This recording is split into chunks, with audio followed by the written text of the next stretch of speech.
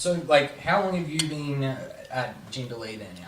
I think it was 9 years this year. Yeah. Jesus, I had no idea. I thought you'd only been there, 4 or 5. No, 9 years. I think I've been probably. I think we went from a 2.5 vet to we're just about to be a 4 vet practice. Wow. So a new vet starts in another week. Congratulations. Yeah, it's really exciting. More time or just no, more time to do research? Well, that's it. It's actually going to allow me to spend a little bit more time doing certain things because it's been a pretty busy year. Yeah, I can imagine. We're having a good time. And, I we're not flooding you with too many reptiles as we come in. No, not complaining at all. You can bring as many in as you want. That's what I like to hear, man. See, that's what I'm talking about. Yeah, as I said, wildlife gets definitely a fair go at the clinic. It's different than obviously doing everything else, only because you have to look at it very differently, as in what's going to be the outcome here. What's the most kind of common stuff that you find coming in from wildlife?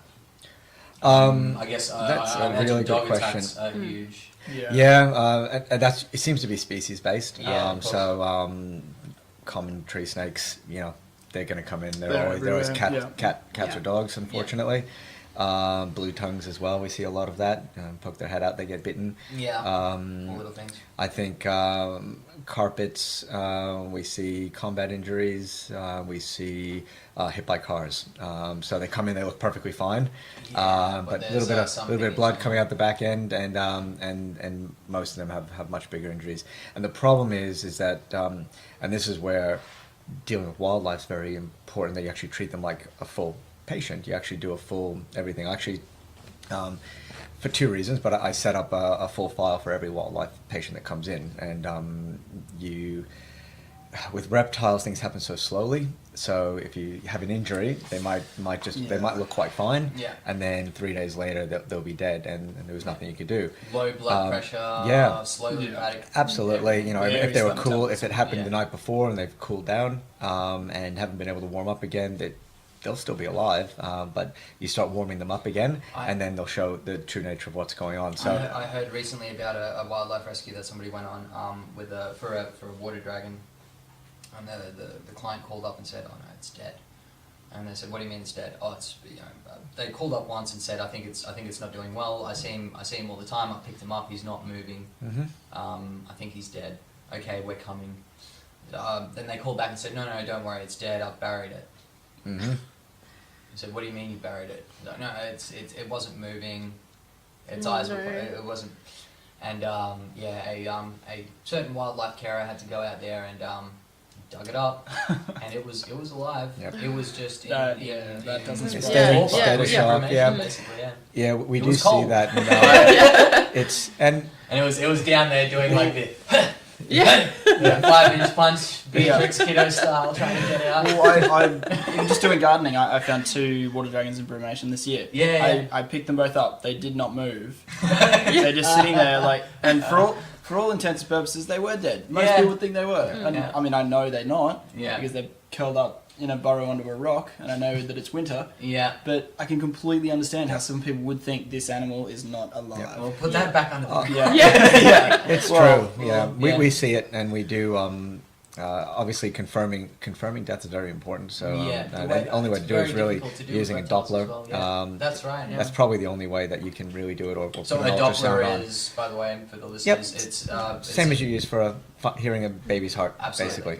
Yep. So they using ultrasonic waves basically to use sound to hear. We do that, and sometimes it's all about time. So you spend a week just letting it recover, and then not jumping into surgery too soon, or not jumping into feeding it. I mean, that's the other thing that I think happens quite a lot is we treat them and they're looking better, so you want to feed them so they can get back out again. But in reality, that's actually really dangerous. Especially for internal injuries where you've got a car, injury from a car. So X-rays, ultrasound, endoscopy, any of these modes that we can to see what's wrong, so we make the right decision before we euthanize. And euthanasia is a big part of it, because what you're doing is just preventing suffering down the track. Absolutely. But also you're not going to put it's an a hard animal. decision to make. Anybody who wants to go to work in wildlife needs to understand that. What you're doing is working in saving wildlife, but you're also working in minimizing suffering. 10% survival is excellent. Okay, and that's reality. Ouch. It really is. But when you talk about putting something out there that may potentially be taking away resources from another animal, both reproductively, so you have to be reproductively active as well as something that's going to, produce offspring into the future that are going to perpetuate the species. And that's the ultimate goal. Well, I like personally, I feel like that's something that we should all be more confident at, because I feel like I don't like to bring you cases like I did last time, but which it's kind of almost obviously I should have euthanized it myself. It was pretty close.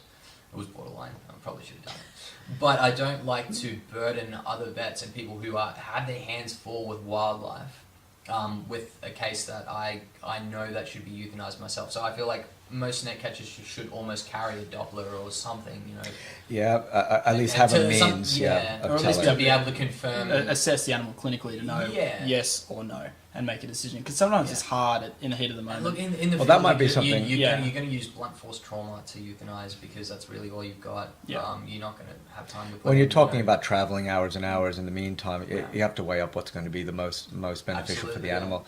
I mean, that might be something worthwhile, even putting together some sort of course for doing physical exam, how to look at that. I would do that. I believe not even about the euthanasia, but assessment. Yeah. I mean, euthanasia is a tricky one, obviously, because there's rules around what people are allowed to do. You do need training to apply barbiturates in the field for wildlife. Yeah, and licensing. And so we don't want everybody going out there, but we do want everybody knowing how to assess so that they know whether or not this is going to be potentially viable candidate. But most vet clinics can do it, and what I think is important that if somebody's trained, they can actually guide somebody who doesn't know in the vet world as well. That this it's it's that good that.